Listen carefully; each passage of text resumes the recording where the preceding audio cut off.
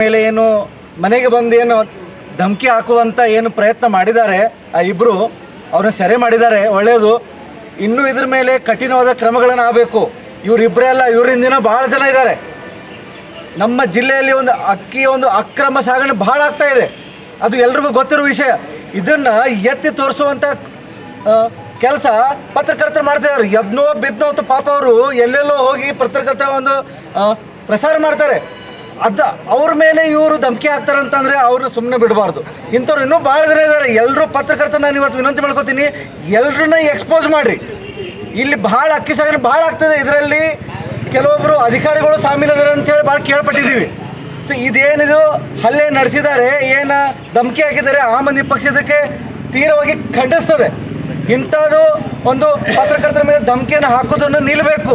ಯಾಕಂದರೆ ಒಂದು ಮೀಡಿಯಾ ಅಂದರೆ ಒಂದು 4th ಪಿಲ್ಲರ್ ಆಫ್ ಡೆಮೋಕ್ರಸಿ ಅಂತ ಹೇಳ್ತೀವಿ. ಅದಕ್ಕೆ ನಾವು ಪ್ರಜಾಪ್ರಭುತ್ವದಲ್ಲಿ ನಾವು ಮರ್ಯಾದೆ ಕೊಡಬೇಕಾಗುತ್ತೆ. ಅವರು ಎಕ್ಸ್ಪೋಸ್ ಮಾಡೋಕ್ಕೇ ಬಂದಿದ್ದು.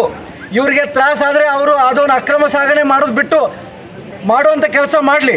ಅದನ್ನು ಬಿಟ್ಟು ನೀವು ಪತ್ರಕರ್ತರ ಮೇಲೆ ನೀವು ಹಲ್ಲೆ ಮಾಡ್ತೀರಪ್ಪ ಅಂತಂದ್ರೆ, ನೀವು ಬಂದು ಧಮಕಿ ಹಾಕ್ತೀರಂತಂದರೆ ಅದು ನಾಚಿಕೆಗೇಡಿ ಸಂಗತಿ.